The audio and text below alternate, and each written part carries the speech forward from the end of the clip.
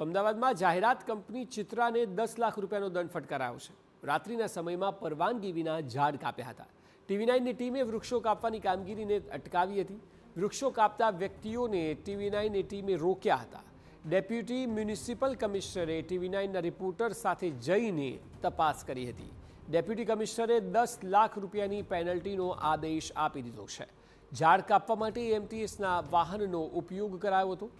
વાહનના માલિક અને ડ્રાઈવર સામે પણ ફરિયાદ કરવામાં આવશે. વધુ માહિતી આપી રહ્યા છે સંવાદદાતા જિગ્નેશ પટેલ. જિગ્નેશ, આપે જઈને જે રિપોર્ટિંગ કર્યું હતું ને જે પ્રકારે એ સંવાદ થયો હતો ડ્રાઈવર સાથે, એ પુરાવો હતો ચોક્કસ કે ગડબડ થઈ છે અને એ જ પ્રકારે હવે પેનલ્ટી પણ 10 લાખ રૂપિયાની કંપની સામે લાગી છે.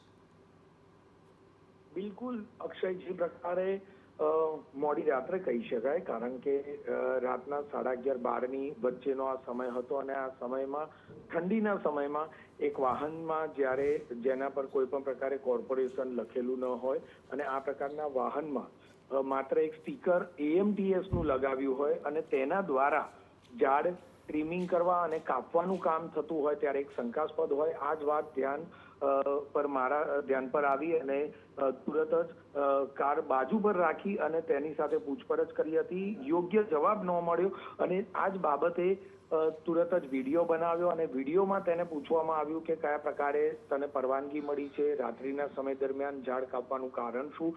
આ તમામ બાબતોની ચર્ચા કરી અને તેને વિડીયોમાં પુરાવા તરીકે રાખવામાં આવી. તમામ જગ્યાઓ પર જે રીતે તેઓ વૃક્ષોનું નિકંદન કાઢી રહ્યા હતા, ચાલુ વાહને તેઓ વૃક્ષો કાપી રહ્યા હતા, જે ખૂબ જ શંકાસ્પદ મને લાગ્યું હતું અને આ જ બાબતની ગંભીરતા રાખી અને તેની ફરિયાદ કોર્પોરેશનમાં કરી હતી. કોર્પોરેશનમાં ફરિયાદ જતાની સાથે જ બીજા દિવસે વહેલી સવારે ડેપ્યુટી કમિશનર સાથે રહી અને મારી સાથે તેમને સ્થળ તપાસ કરી હતી અને કેટલા વૃક્ષો કપાયા છે, કેવી રીતે કપાયા છે તે તેમણે નિરીક્ષણ કર્યું હતું.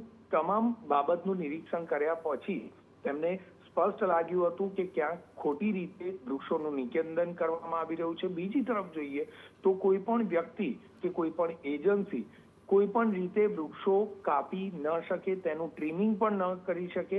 ટ્રીમિંગ કરવા હોય તો પણ તેમણે મંજૂરી માંગવાની રહે છે અને મંજૂરી માંગ્યા બાદ કોર્પોરેશનના ગાર્ડન વિભાગ દ્વારા ઝાડ ટ્રીમિંગ કરવા કે કાપવા તે નિર્ણય લઈ અને તે જ વિભાગે આ કામગીરી કરવાની રહેતી હોય છે. મહત્વની બાબત છે, કોઈ પણ પ્રકારની મંજૂરી તો માંગવાની દૂરની વાત છે, પરંતુ મંજૂરી માંગ્યા સિવાય પોતાના જ માણસો દ્વારા આ ઝાડ કાપવામાં આવી રહ્યા હતા, જે ખૂબ જ શરમજનક બાબત ગણી શકાય. કોર્પોરેશન પણ આ બાબતે ગંભીર રહ્યું નથી. TV9એ પોતાની નૈતિક જવાબદારી સમજી અને TV9ની ટીમે આ બાબતે ફરિયાદ કરી અને પગલાં લેવાયા છે. TV9 હજુ પણ અપીલ કરી રહ્યું છે કે લોકોએ પણ જાગૃત થવાની જરૂર છે કે તેમની આજુબાજુમાં આ પ્રકારે વૃક્ષો કપાતા હોય, પરવાનગી વિના કપાતા હોય તો તુરત જ 155-303 પર કોર્પોરેશનને ફરિયાદ કરવી જોઈએ અથવા નજીકના પોલીસ સ્ટેશન. બિલકુલ જિગ્નેશ, આભાર સમગ્ર માહિતી બદલ.